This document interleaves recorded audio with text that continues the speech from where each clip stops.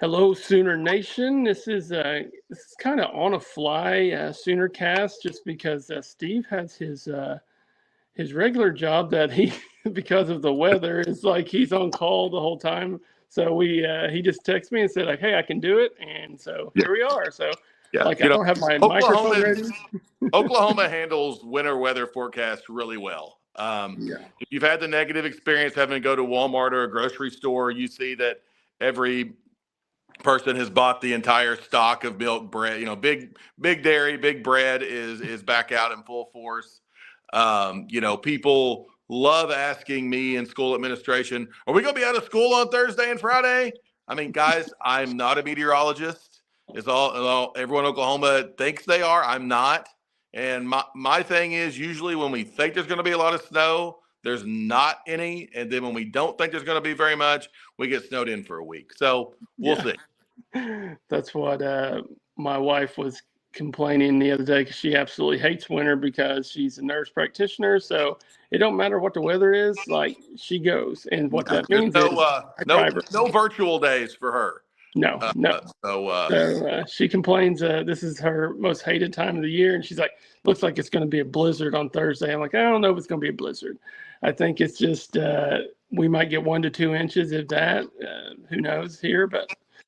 Well, you know what? We'll freak out about it, and it'll come. And we got any listeners in southern Oklahoma or North Texas? Maybe you are snowed in. So, but speaking of things that seem to be falling toward us in the Sooner State, congratulations to little brother Oklahoma State for being a successful farm club and sending us 2 players in the last couple of weeks. We certainly appreciated that. Kendall Daniels was on the Christmas list, but the linebacker was not. And, some nice added depth there.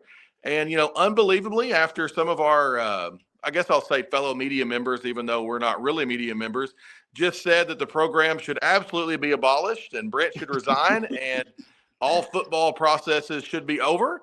Nice little run here in the portal with Jones Jr. from Florida State via Georgia and Kendall Daniels, as well as the linebacker. Positive things coming in for the Sooners. So, temperature check right now. Jeremy, where are you at right now with how things are going in the portal? I feel a lot better about it. I knew this was going to start falling into place.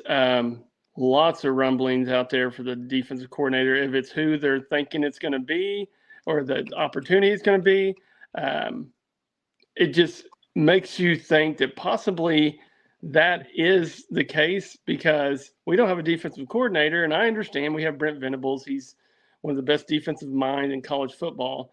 But that said, it's a hard sell when you don't have a defensive coordinator. And to land Marvin Jones, Kendall Doby. Well, Kendall Doby too. Doby too. Yeah, Kendall Doby's been back. R. Mason Thomas is back. Those were other good news since our last pod. So, but yeah, and so both the guys we got out of the portal here, Daniels, Jones Jr., were both a long time coming. Like they were about to come to OU many, many times, and just we couldn't finish the deal. Riley left, and it just kind of messed everything up. And I think this is meant to be in my mind. So it's added depth, especially I think Daniels is just born to play cheetah. He's a better cover guy than McCullough is. So that is going to fit him a lot better. I'm not saying that Dolby's not the man still, but that's it. That's a bad injury. Daniels has an NFL build. I mean, he does. Mm-hmm. I mean, this is a guy who was Big 12 newcomer of the year at one point, freshman All-American at one point. And the OSU people that I know talked about him, being a little bit lazy, maybe not, taking some downs off, that sort of thing. And I think with Brent loves to use the term competitive depth. With the competitive depth that we have, you either play hard or you don't play. And I don't think the guy's coming to Oklahoma to not play. And this is a guy who I think always envisioned himself as a Sooner. This is a guy who, these in-state guys, once again, this is just Brent and company doing a better job there with that. Linebacker kids from Choctaw, I think, as well, that's coming from OSU. So, all those are positive things. And, that's positive momentum. Now, of course, we talk about our friend group text and the negativity that comes with it. And, like it goes out why are we getting Power 5 people for the defense and we're getting FCS and D2 All-Stars for the offense? Well, number one, John Mateer is still the biggest player in the portal. We did get him on offense. And also, guys, I mean, there's just a lot more of a proven track record for what we're doing defensively. It's an easier sell, and while I've got faith that Arbuckle is going to turn all this around and, all that stuff, our biggest offensive signing was getting Deion Burks back. We need Deion Burks to be a dude. That's what we're paying him to be a dude. We need him to be a dude. And we need Jaden Gibson to come back and be a big player. And, I mean, between the guy from Pine Bluff and, our Arkansas connection, whether it's Tatanga or Giovanni Gibson, we've got to get something out of there. And I do still think there's a chance. The receiver from Georgia, Evans, was, once pretty close to an OU guy. I saw we may get a visit out of him. And, we're trying to be positive, but Joe John, unfortunately, is still employed by the university. And, I know we've offered a couple of tight ends. I've seen some, the one that signed was a PWO. I've seen he wasn't a PWO. I don't know. I know the Alabama tight ends in the portal. I'm hoping there's still some things in the works there. But Jeremy, what are kind of your thoughts on the discrepancy in the talent we're getting offensively and defensively in the portal? I think proof's in the pudding. Like, you can't go to a kid right now after what we put on the football field last year in offensive side of the ball and say, come play for Oklahoma. It's an easy sell in the defense because you've got Brent Venables, you've got Todd Bates, you got Miguel Chavis. All these guys are big-time recruiters, and that's an easy sell. But people's got eyes. They watched our offense. And, yeah, you can say, well, now look at them. You can sell, you come here and look at all the production that is just out there that never was tapped. Well, that said, proof is in the pudding. Kids got to see it. And something that was sent to us from our friend group as well, there's a lot of money involved right now, especially on the offensive what was side. it? Nick Anderson got paid $800,000 last year to play, 6 snaps? I'm not paying Nick Anderson $800,000 on the University of Oklahoma. I don't care how much I love the Anderson family. We are not paying Nick Anderson $800,000 for what the production he gave you. So I would think that Andrew Anthony's price tag was probably pretty high like that.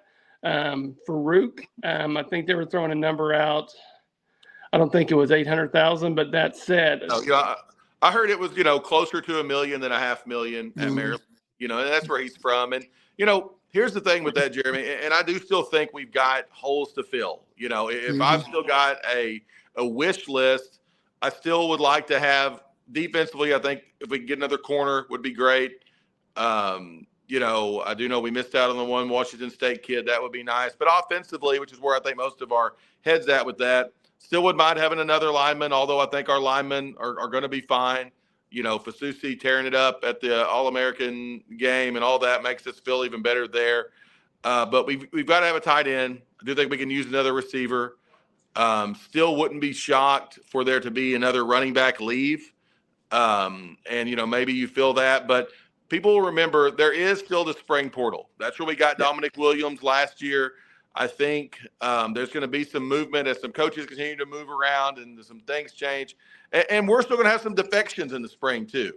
And right now with the SEC going with the scholarship limit that we are, I'm not saying we're in a roster crunch, but there's going to be some more processing done in the spring. I think before we add that much more in the portal. I agree.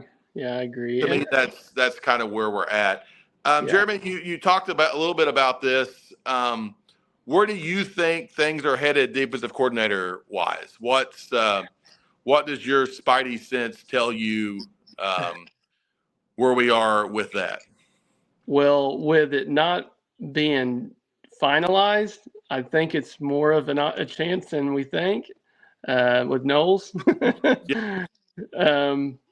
If anybody out there doesn't know, that's Jim Knowles, DC at Ohio State, used to be at OSU. Really, really I mean, if you're just saying true, just coordinator types, top 5 coordinator in the country. If you want Venables to just worry about head coach and not worry about defense, that's the guy he's getting. I can tell you, like, that's the home run hire that he's wanting. And with it, Ohio State's looked really bad against, in the playoff, really bad. So I'm sure they would love to get rid of it. Yeah, Ohio State, just all they're doing is facing every good team in the playoffs and just beating the life out of them. So they've got the worst draw of, like, we can talk about Oregon getting a horrible draw, but look at Ohio State. But also, too, you get beat by Michigan. And the way they finished the season, I don't think they had a lot of leg to stand on. But that said, Jim Knowles' fiance is in Oklahoma City. That's undefeated. If you know what that is, it's a family-friendly show, but that's undefeated. If Mama wants you to move here, you're going to be moving there. So there's just a lot of lots of signs that point towards it being a lot more truth in it than we think. I thought it was all fun and games, and there wasn't any chance in hell that we were going to get him. Well, that was the deal. Goes by, like the Goodwin stuff that was out there, when that didn't happen quickly, that wasn't going to happen. I mean, we're all Thunder fans here, and we'd love to talk about that, but that's not what this pod's about. But it's kind of one of those deals, when you hear Sam Presti's going to do something, that's not what happens. Yeah. And it's kind of one of those deals, we heard way too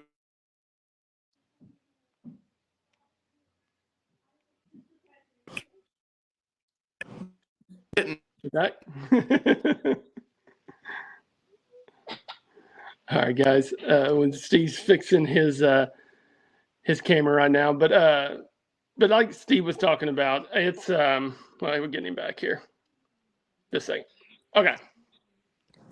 When that didn't happen, that kind of told us, hey, that's probably not going to happen. And who knows? We may be sitting here in a week and it did happen, but it didn't. Don't think it's going to. To me, this is either going to be a big name, it's going to be a Jim Knowles, or it's going to be somebody else who's still coaching right now, or it's going to be Brandon Hall. And you want my opinion? I think BV's putting all his chips in on Knowles, that he can get him, and if it doesn't pan out, he puts it in Hall as his DC.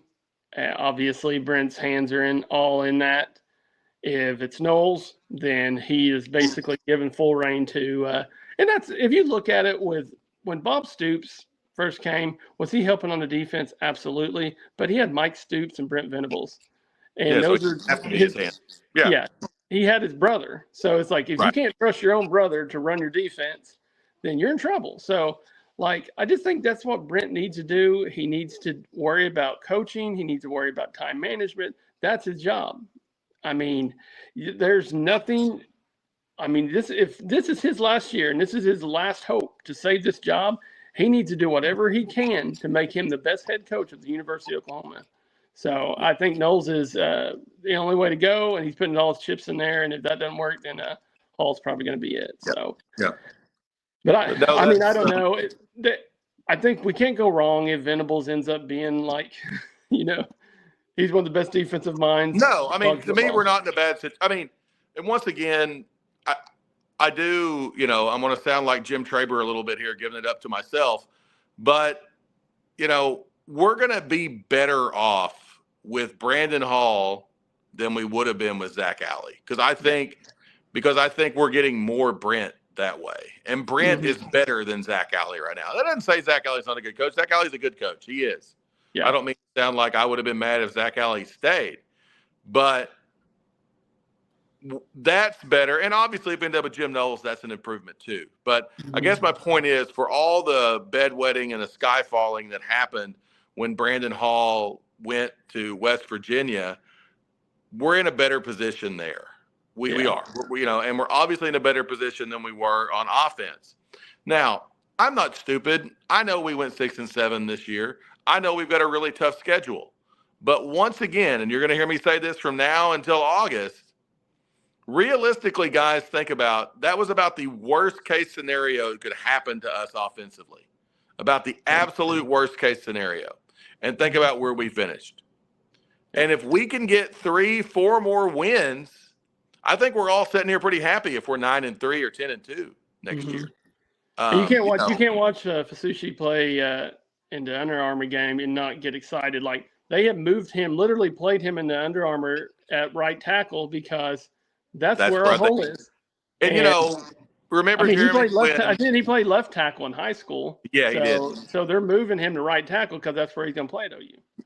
And, and Foje's played right tackle in his high school too. We've talked about the Jackson Stone comparison with Foje and Fasusi.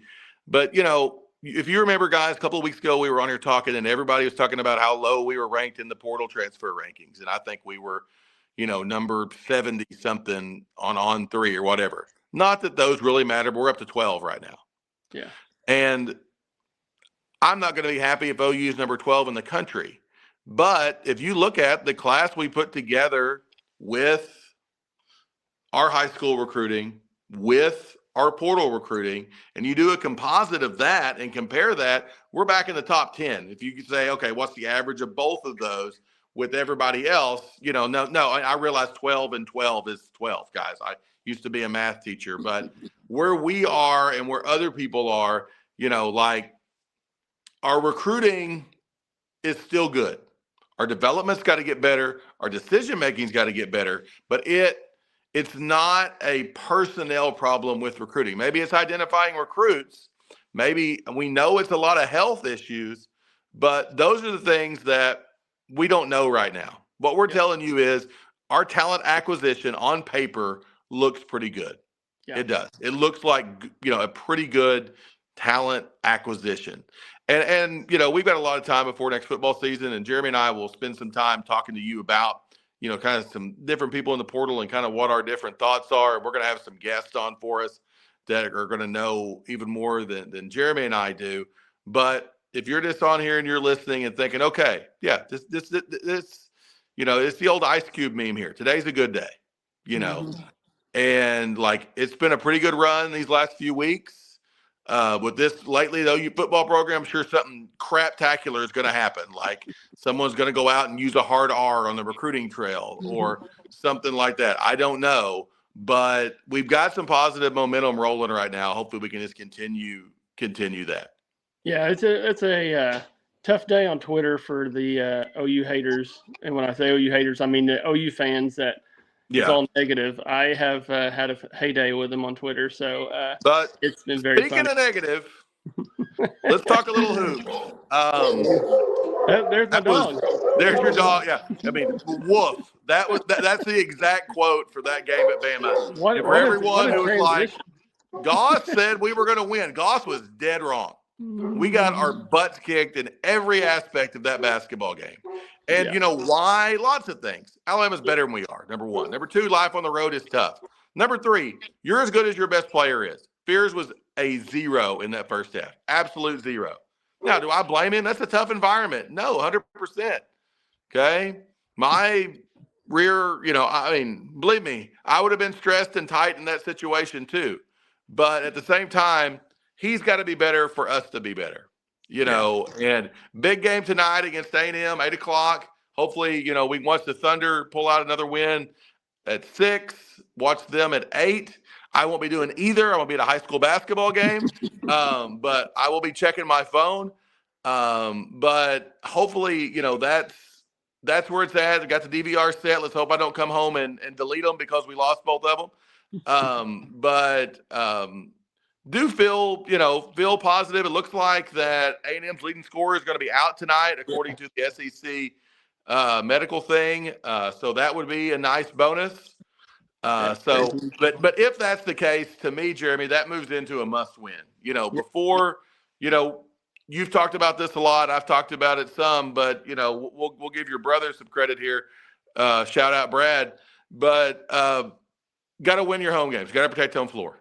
You have to protect home floor, and hopefully we can tonight. But anything else you want to add about that? Yeah, and if you down in the South, that to me was a scheduled loss. You get those in the season. Alabama's a horrible matchup for us. I felt the same way when we played Michigan. Alabama's even twice as bad. And the Michigan game was on a neutral floor, which is, a lot And better to play in. you can usually see with OU if they're not hitting their outside shots, a 3-pointer, it's going to be a long day. And they were not hitting. They Fears played like a high school senior first half. Finally started getting back into the game the second half, but to me, I didn't expect to win that game. I think Alabama's just a better basketball team than us. But if you want to look and see what the SEC is, look at last night. Tennessee gets beat by 30 by Florida. Tennessee's undefeated and goes and gets hammered by Florida by Georgia 30. Georgia beat Kentucky. Yeah, I mean, once again, great timing by the good luck Sooners of we get in the SEC in the absolute greatest year of SEC basketball ever. And, Texas has had its struggles as well, so let's go win tonight. But if we do lose, am I going to be nervous about it and think, oh, bleep, here we go again with the Porter Moser experience? You bet. I'm not going to sunshine pump you until you don't be nervous. Be nervous. But at the same time, our best player is a freshman. Give us some time. If Porter can keep them together, we need to win tonight. But if we lose a competitive basketball game tonight, I'm not going to be, well, screw it, we're going to the NIT. Yeah. No, we've got to compete tonight. We've got to give ourselves a chance to win. And I think if we can do that, that's okay.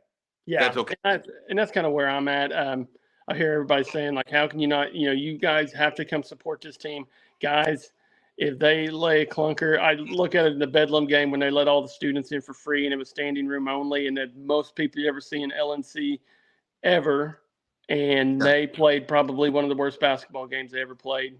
Bad OSU team. So here's the deal. They're play good. That's what I'm saying. Here's the deal. I watched the women's game against Texas the other night, and I was listening to Jenny after the game, and it was an awful game to watch. It was more turnovers than shots made. I thought it was poorly officiated, all that stuff. We didn't play well. I thought our decision making is bad. I thought our passing angles were bad in the women's game. And the first thing Jenny come out and said was, look, our coaches realized there were a lot of people. That was a fun atmosphere for that OU Texas women's game. It was. And we come out and played bad and played ugly and lost. But they found a way to win at Tennessee despite having 31 turnovers. So, just win, baby. And that cures a lot of what ails you. But I agree with you wholeheartedly, Jeremy. For Porter's sake, for OU basketball's sake, I'm not saying this is a must win, but it's a must compete. It's pretty dang close. And especially if their best players out, you've got to go find a way to go win that game. A&M at home should be a good crowd. And I know A&M, Buzz Williams is an Oklahoma guy. He's done a good job, all that stuff. But that's not Kentucky. That's not Auburn. That's not who that is. That's a game we need to win at home. It just is. Yeah. And I'm worried about Arkansas just because Calipari, guy can coach basketball. He wins everywhere he's at. Well, here's the deal, Jeremy. They've got more talent than we do. Absolutely. Calipari will get you players. And there is any and all. There's they might no not shoot free throws worth of crap or execute worth of crap down the stretch, but they'll have some cats. They'll have some dudes. Absolutely. And but no, it's they have to me. It, like you said, it's not a must win, but it's dang near close to a must win because you go 0-2. It's hard to get a fan base really pumped up about conference play when they're like, we've seen this show before. Yeah. We've done really good non-conference, and now our conference plays here, and we can't play basketball anymore. So I think we really need a big game from Fears. He needs to play like a lottery pick, like he's supposed to be. And then Jalen Moore's got to be there. And in Fears' defense, Sears is built like a little mini Mack truck against Alabama. Nate Oates is a good coach. I thought they come out and made us uncomfortable. They used their size.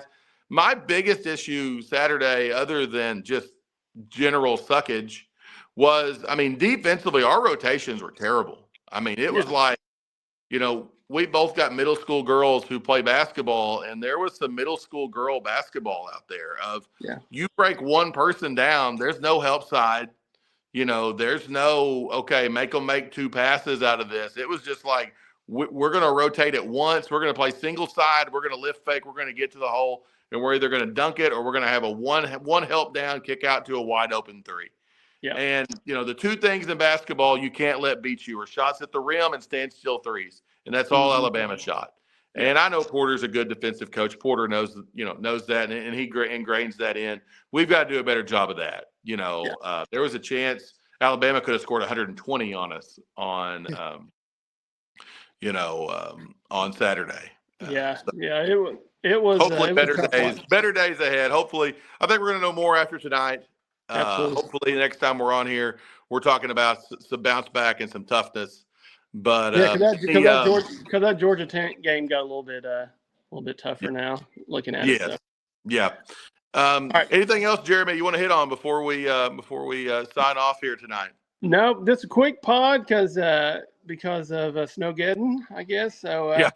We'll see. Okay, Jeremy, I'm gonna put you on the spot. Before I put Jeremy on the spot, if you want to sponsor us at SoonerCast@gmail.com. Same thing. If any questions, we appreciate the YouTube comments. Jeremy does a good job answering most of those. But if there's any questions you would like for us as we kind of get into this more dead part of football season, any football questions or anything like that you'd like for us to go a little deeper dive. Also, if there's any Oklahoma media people you'd like for us to get on the pod, shoot that out to us as well, and we'll work our best to get those guys on the pod. But SoonerCast@gmail.com.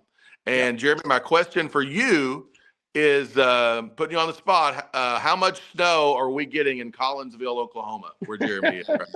What is the final tally at Collinsville? I would say not even an inch. Okay. If you want my opinion, because it said 1 to 2 inches. So radars came back different about every day. So Jeremy's going trace in Collinsville. Steven is going to go we're going to go 0.75, little, not quite an inch here in the Gee. That's what we're going with. That's what we're going with. Absolutely. And hey, and also too, Steve was talking about guests. We're working on Brody Lusk with OU Insider. He's a basketball guy for OU. Might be on with us next week. I will let everybody know once that's finalized, but he is scheduled to come on with us. And I have reached out to him about possibly coming on next week because I knew tonight would be bad with OU playing tonight. So just a lot of good guests online for us. If there's anybody else you want us to try to get, I ask everyone. So I have no shame in my game, I can tell you that. And most of these guys are cool enough that they will hop on with us. So we've been pretty lucky so far. But if you're on our YouTube page, subscribe to us, please. That helps us out. Doesn't cost you a dime, but it helps us out. Also, too, follow us on Apple. Follow us on Spotify. You can get us either Spotify or Apple. Give us a follow. We've been doing pretty good here so far, especially on the YouTube side of it. But a lot of people watch our videos, and now we just need the subscribers to it. So, Steve, you got anything else to add? That's it, guys. Boomer. Boomer Sooner.